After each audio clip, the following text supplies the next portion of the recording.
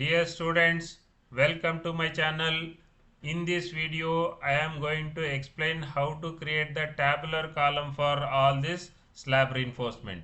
In our slab reinforcement, we are having bottom x direction, bottom y direction, top x direction, top y direction. So we are having a 4 type of slab reinforcement drawing details we are having.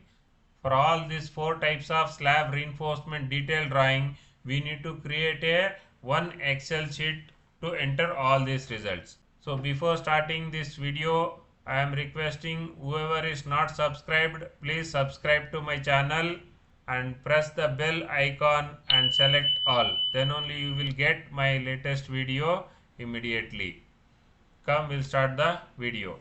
These are the all 4 types of slab reinforcement drawing. For that, this is the Excel sheet to calculate the BBS for all these 4 type of drawings clubbing into one Excel sheet.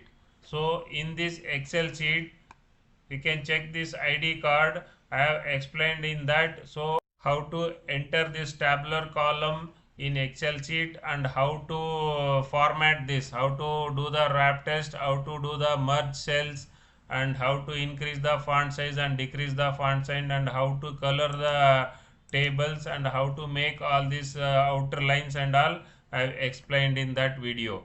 If you go through that video, then you will learn how to create this tabular column.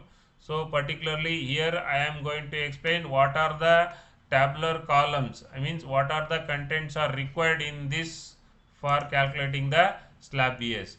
So in this first column number A is serial number, column number B is description of the slab, column number C is number of items, column number D is length, column number E is width, column number F is dia of bar, column number G is lap coefficient, column number H is clear cover, column number I is spacing, column number J is lap length, column number K is bar length, column number L is cutting length, column number M is number of bars, column number N is total number of bars, column number O is total length in meter, column number P is unit weight in kg per meter, and column number Q is total weight in kg, and column R, S, T, U, V is the total weight dia wise in kg. In that 8 mm, 10 mm, 12 mm, 16 mm I have taken. So why I have not taken 20, 25 and 32 means in the slab there is no rods coming not more than 12 mm. So 8, 10, 12 only maximum it will come. Not even 16 mm also will not come. Then even though I have taken 16 mm. These are the required contents to calculate the slab reinforcement BBS. I hope you people have liked this video. Kindly like and share with your friends and colleagues.